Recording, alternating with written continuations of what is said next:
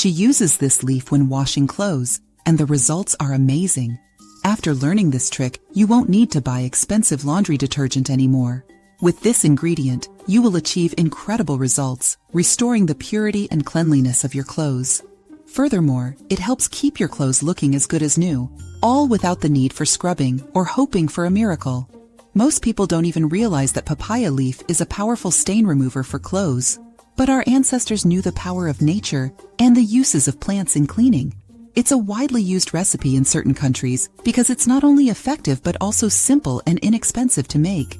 You only need 2 ingredients, 1 papaya leaf, 2 liters of water.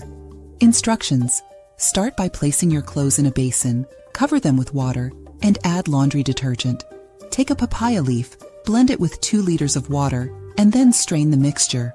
Pour the resulting liquid over your clothes in the basin. Don't worry, it will turn green. Place the basin in the sun and let the magic happen.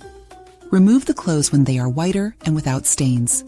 Finally, rinse your garments and let them air dry.